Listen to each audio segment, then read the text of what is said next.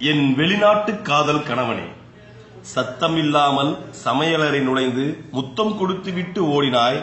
என் பசி மறந்து உனக்காக காத்திருக்கும் பொழுது காத்திருக்க வேண்டாம் என கண்டித்துவிட்டு ஒரு கையால் இரு இதழுக்கு ஊட்டினாய்.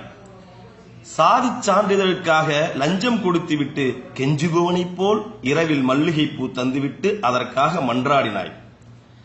பள்ளிக்கு செல்ல மறுத்து தூங்குவதாய் நடிக்கும் சின்ன பையனைப் போல் மடியில் படுத்துக்கொண்டு எழ மறுத்தாய். இவை போன்ற எல்லா சொர்க்கத்தையும் 3 மாதம் தந்துவிட்டு என்னை தீயில் தள்ளி வாழ்வள்ளி சென்று விட்டாய். என் வெளிநாட்டு கனவா, கனவா, எல்லாமே கனவா. கணவனோடு 3 மாதம், கனவுகளோடு எத்தனை மாதம்?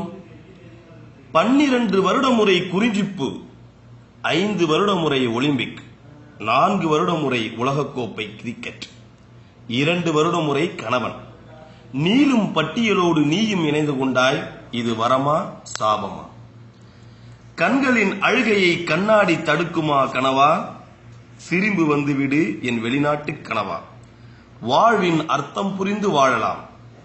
விட்டு கொடுத்து தொட்டு பிடித்து தேவையறிந்து சேவை புரிந்து உனக்காய் நான் விழித்து எனக்காக நீ உழைத்து தாமதத்தில் வரும் தவிப்பு தூங்குவதாய் உன் நடிப்பு. வார விடுமுறையில் பிரியாணி, காசில்லா நேரத்தில் பட்டினி.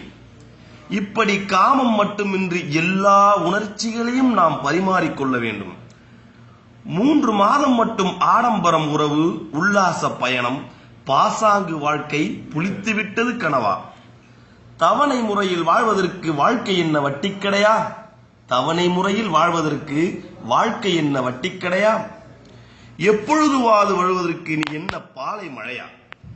இல்லை ஓட்டு வாங்கிய அரசியல்வாதியா? விரைவு தபாலில் காசோலை வரும், காதல் வருமா?